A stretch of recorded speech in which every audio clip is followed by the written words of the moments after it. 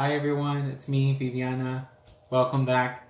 Thank you so much for clicking in and listening to my story.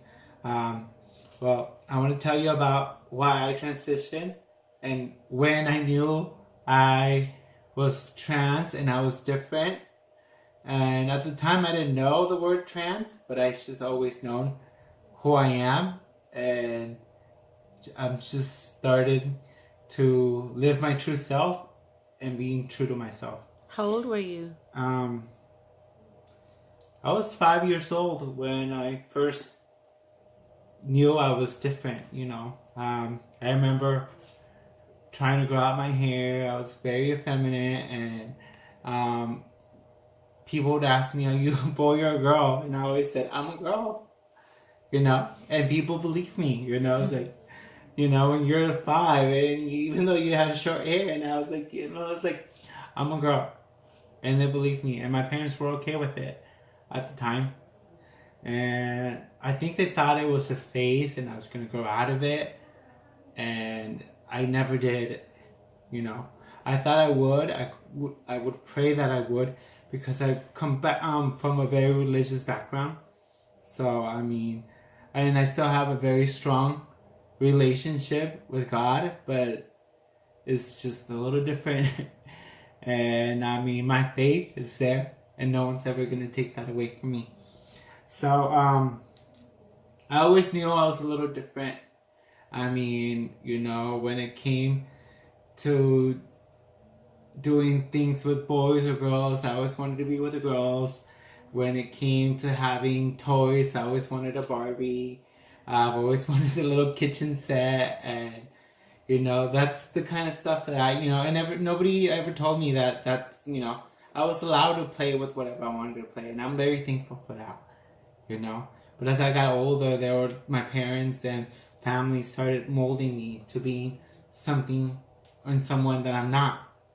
To make them happy. To make them happy.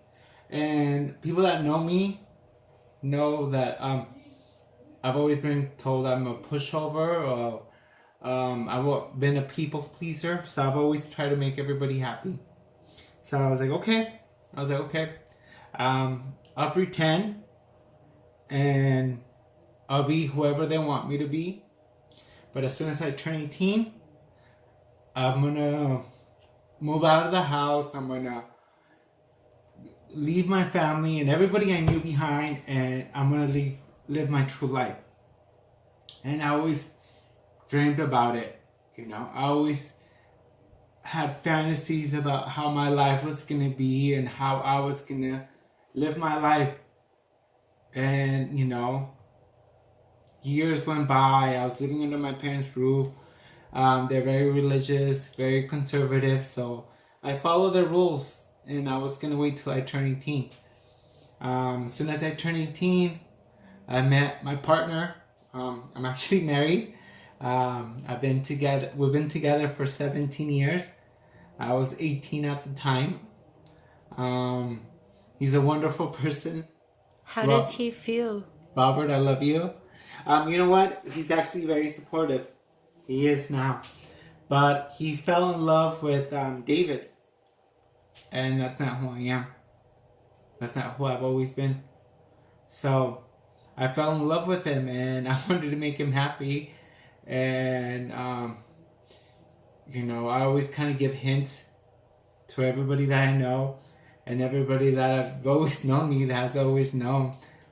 I was like, hey, I'm trans, but nobody ever believed me. Nobody ever took me seriously. I have a cat, and I named her Pinocha. And people ask me, it's like, why did you name her Pinocha? Pinocha means pussy in Spanish. And I told them, I was like, because I've always wanted one. And people just kind of laughed it off and just kind of pretend, oh, haha, he's being silly. But no, I've always wanted one. I always told my friends, like, okay, when my partner dies, I'm going to transition, And I just kept on putting it off. I was like, okay, later, And, my partner's been very supportive, but it hasn't been easy for him either, because he fell in love with David, and I wanted to make him happy. And when we first met and we first started dating, he's like, "You're so effeminate. You're such a girl. Why do you act like that? Why don't you behave more like?" And I've always been acting and pretending, and I'm just tired of that. You're finally yourself. I am. And it comes to a point where you're done acting and pretending and, and you want to start living your true self. So, when I was 19, I had a quinceañera. My partners and everybody and my family and everybody was a part of it. And I could just finally be me. But, it was... And I'll show you a picture of her. This is me. And this is me at 19. And I had a quinceañera, I had my gown, I had my little tiara, and we had over 550 guests come over. And, even after all of that, I was still not able to be me. This is, I'm 35, so this is, 12, 13 years ago. So, How do you feel now about yourself with what you're doing? you know what? I am the happiest I've ever been. And the best way to describe this is just the best part of waking up every day is just being able to have another day to enjoy, because I know I'm a step closer to being where I want to be. I mean, I've only been on hormones for 6 months, been on HRT for 6 months, and this is by far the best and the happiest I've ever been. And I've never knew that people could be this happy, and it comes from inside. Thank you for sharing your happiness. Thank you. And I mean, statistically speaking, transitioning is very difficult, and there's a high percentage of suicide in the trans community, and a lot of it comes from people not understanding who you are, but they don't need to understand. People just need to show their loved ones. If you have a nephew or a cousin or an uncle or mom or a dad that's going through this, you don't have to understand. Like, we just want your support and your love, and that's all we want. And